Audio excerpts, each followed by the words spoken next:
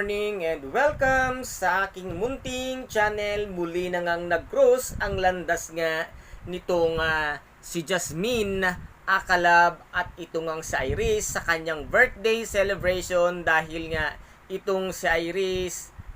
at ang kanyang mga kaibigan ay itong ang si Love ang kinuha nila na mag-ayos nga sa birthday celebration nito ngang sa Iris kasama ang kanyang tita, Aster, at wala nga silang kalam-alam na isa ito sa mga patibong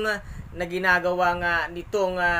si Jasmine para mapalapit nga ang loob niya sa kanyang mga kaibigan at nang madali niyang maisakatuparan ang kanyang mga plano na magiganti nga dito kay Justine kasama ng kanyang mga tauhan na ito palang tauhan nitong si Iris ang siyang kumitil ng buhay nga nitong si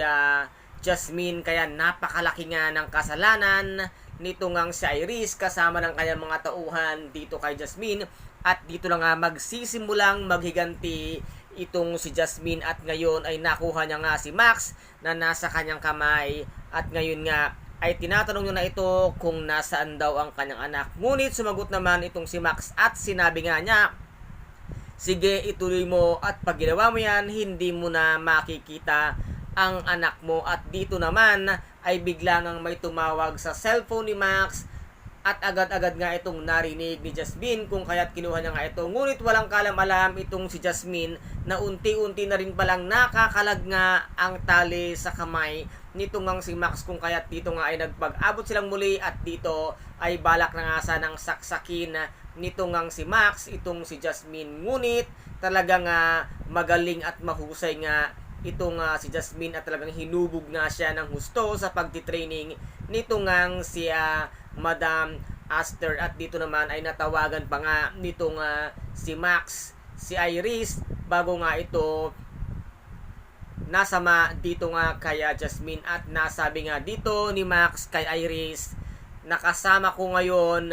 si Jasmine Flores at nandiyan siya sa iyong party kanina, kaya dito naman ngayon ay gulong-gulo ngayon itong si Iris dahil buhay na buhay pa ang isang Jasmine na dati ay ginago at tinarantado nila at ngayon ay nagbabalik si Jasmine para nga singilin kayo sa lahat ng inyong mga nagawang kasalanan kay Jasmine. Kaya guys, ito po ang ating pakaabangan dito nga sa Lavender Fields, ang mga gagawin pang kaganapan at paghahanda nito nga si Jasmine para makapaghiganti dito nga kay Iris. Kaya guys, kung nagustuhan po ninyo ang aking videos for today, paki-subscribe na lamang po ng aking channel, paki-like and share para maging update kayo sa lahat ng gagawin kong videos. Maraming salamat po. Ingat, God bless and